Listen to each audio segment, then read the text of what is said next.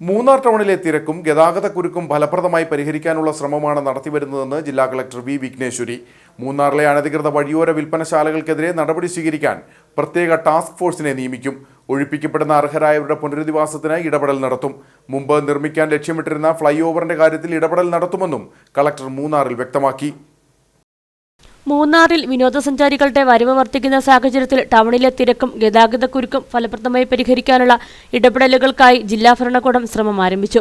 ടൗണിലെ വിവിധയിടങ്ങളിൽ ജില്ലാ കളക്ടർ സന്ദർശനം നടത്തുകയും തിരക്കും മാലിന്യ സംസ്കരണവും അടക്കമുള്ള കാര്യങ്ങളിൽ സ്ഥിതി വിലയിരുത്തുകയും ചെയ്തു. മൂന്നാർ ടൗണിലെ തിരക്കും ഗതാഗതക്കുരുക്കും ഫലപ്രദമായി പരിഹരിക്കാനുള്ള ശ്രമമാണ് നടത്തിവരുന്നതെന്ന് കളക്ടർ വി വിഘ്നേശ്വരി പറഞ്ഞു.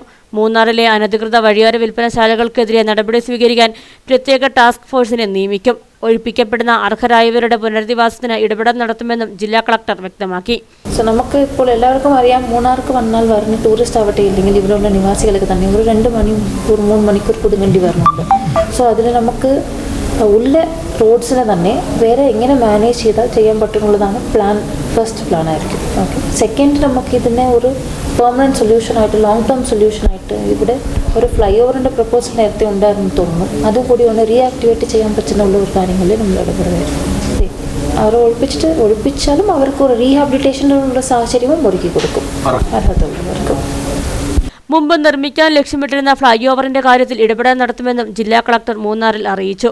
മൂന്നാറിലെ അനധികൃത വഴിയോര വിൽപ്പനശാലകളുടെ കാര്യത്തിൽ ഇടപെടൽ നടത്തുന്നത് സംബന്ധിച്ച് കഴിഞ്ഞ ദിവസം ചില കോടതി നിർദ്ദേശങ്ങൾ ഉണ്ടായിരുന്നു. ഈ സാഹചര്യത്തിൽ കൂടിയാണ് കളക്ടറുടെ പ്രതികരണം.